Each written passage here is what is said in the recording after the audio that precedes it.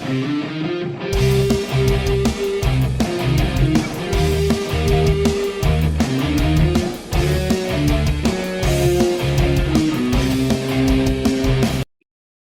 can't imagine that. So that does me proud, and I love hearing that. And look, they've got more skin in the game than we do. They're the ones that are we've got hopefully by now established more of our careers, married, family. We've kind of overcome those hurdles and maybe done so when things were easier for us. I couldn't imagine what it's got to be like now. Trying to get a mortgage for 8-9%, trying to put that money together, to jobs that the wages aren't rising, the cost of living are increasing. I can't imagine that. So God bless your family, and thank you for doing the work that you do. And yeah, I don't worry about Texas either. I think Texas is safe, but no, we cannot rest on our laurels this election. Everybody's got to be out. Everyone's got to vote. Everyone's got to do their part. Yeah, you talk about those mortgage rates. I got in under Trump at 2.75. My mortgage is 818 a month. Just to pull out the equity and refinance, my mortgage was going to go up to $1,800 a month. It's insanity. I can't imagine what young married couples are going through today. They might be stuck in an apartment for the rest of their life. Well, stuck in an apartment that they're paying about $4,000 or $5,000 a month for. I was talking to one of my buddies the other day. He was telling me his mortgage payment is $9,000 a month, and it's a nice house. Don't get me wrong, but it's $9,000 a month. The first of every month, you got to hit that nut before you even put food in the refrigerator. Pay that mortgage, $9,000 a month. Ooh, it's like that for too many Americans. I know too many people that are paying more than I pay for a mortgage, for a 2-bedroom apartment. And we got to get back to how things were. Make America great again. Make America like it was 5 years ago. Honestly, we can change the slogan. Thank you, sir. I appreciate you listening to me. Thank you, Thank Bubba, you. for allowing me to speak, sir. Oh, you're welcome, brother. I agree with you. Make it like it was 5 years ago. The Black, please go ahead, my friend. Thank you so much. Can you guys hear me? Yes, sir. Yeah. All right. Thank you so much for this opportunity. I love hearing everybody giving their take and their opinion. I mean, this is great.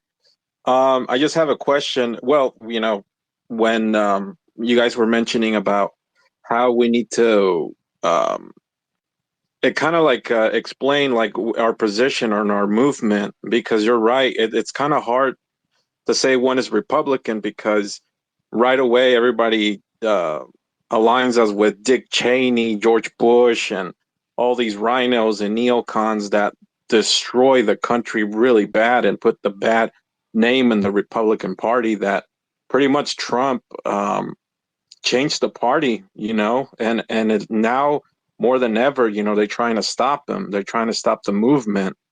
And I feel like we have an opportunity, especially with history.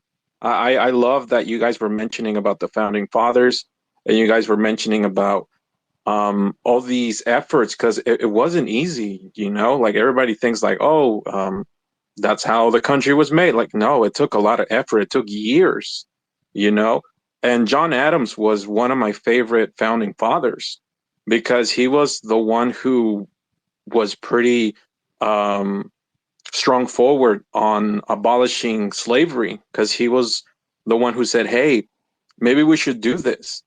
And he would headbutt with other founding fathers, with other leaders. But with him, like even to the end, he never owned a slave, and his son, John Quincy Adams, he was another president that never owned any slaves.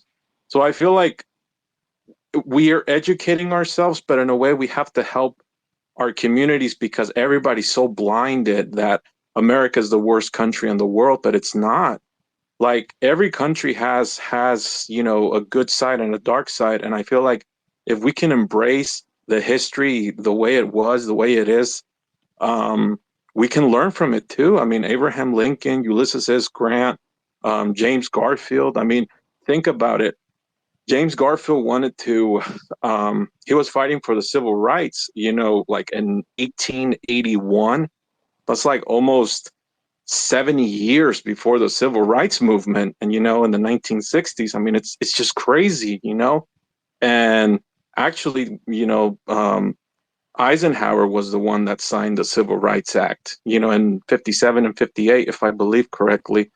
So, like I said, there's so much history, and I feel like the Democratic Party, um, they're doing their effort to try to erase the heroes and trying to put themselves as the heroes because they were always the villain throughout history, you know, creating the Ku Klux Klan, creating like all these like Antifas, Black Lives Matter, like all these groups that they've been damaging the communities. And I feel like they're the ones that have been hurting America, you know? And but right now I feel like they're trying to control the narrative.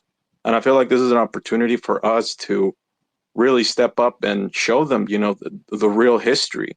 And I wanted to ask Eric, what can we do? Because you know they keep mentioning Dick Cheney, oh, a Republican, George Bush, he endorses Kamala Harris, you know, Dick Cheney. What can we do to separate these neocons and rhinos that they keep trying to put us like in our group? And what can we do? Like, do we have to label that? Is there a way that perhaps I don't know. Like I'm thinking about like, is there a way that they can create their own party? Like, is there a way? Is there somehow we can do like for them to exile or what can I say? Like, just for them to stop using that word Republican because they don't represent the movement of the MAGA Republican of President Trump. So that's my question. Well, it goes beyond Republican and Democrat because I've typically when it's not an election, I usually cancel my Republican Party membership, and I'm usually non-party affiliated until the election, and then I'll get my Republican card so I can vote in the primary because we're closed primary state. But you can't have a monopoly on a term. I mean, anyone can call themselves whatever they want. They can call themselves a Republican. I mean, Adam Kinzinger, Mitt Romney, Liz Cheney can call themselves Republicans all they want. Really, it comes down to the exile has to be imposed by the voters, and we did that with Liz Cheney. She got her ass handed to her, and now she's relegated to just being a mouthpiece on Twitter and the conservative talking head on The View. That's about it. And she's widely lost her influence. So these people have a way of exposing themselves. I don't think there's anything like we have to fear the rhinos. They're more an annoyance than anything. They're troublesome when they're in power.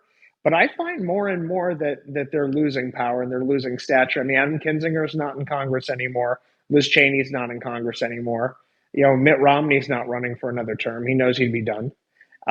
So we're, I think that isn't as much a concern. But when they are in power, that's what we have to be careful of because, sometimes they sneak their way in and all of a sudden you don't realize who they are until they start to vote. So you just got to hold them accountable. I mean, using your voice wherever you can, calling them out. Hey, why'd you vote this way? Bring attention to it. They listen and they learn. So if they want to keep their jobs, they're going to vote accordingly. They're going to vote with the with the constituents want them to vote in that direction. So I think that I'm not so much worried about them using the term. I'm more worried about them gaining power and keeping them out of power. But it's our obligation to call them out when they're voting inappropriately. Let me add to your answer there too, Eric. A couple things. First, I don't call myself necessarily a Republican. I'm an American First conservative and a constitutionalist. So I differentiate the difference that way. But getting involved at the local level with your GOP and making a difference at that level, and then working upwards to get the right candidates involved so we can get rid of the neocons, the rhinos. That's how we change this and turn the Republican Party into the American First Party is what I would say. Um, Mm. you have any other questions, Black? That was pretty much it. Thank you for answering the question. Yeah, like I feel like that's the way of exposing all these rhinos and neocons, and like I said, like using social media as a tool to expose them. I think you said it perfectly because what we're trying to do is we're trying to make history as well, supporting Trump, making sure that he has all the support, as he can get, and as well, in Congress and the Senate, because I feel like it's it's gonna be a battle, but I'm very thankful that you guys answered the question, and thank you so much. And that was it. Thank you. Well, Thank my you. pleasure. Thank you. Thank you for joining us tonight. Yeah, we appreciate you, brother.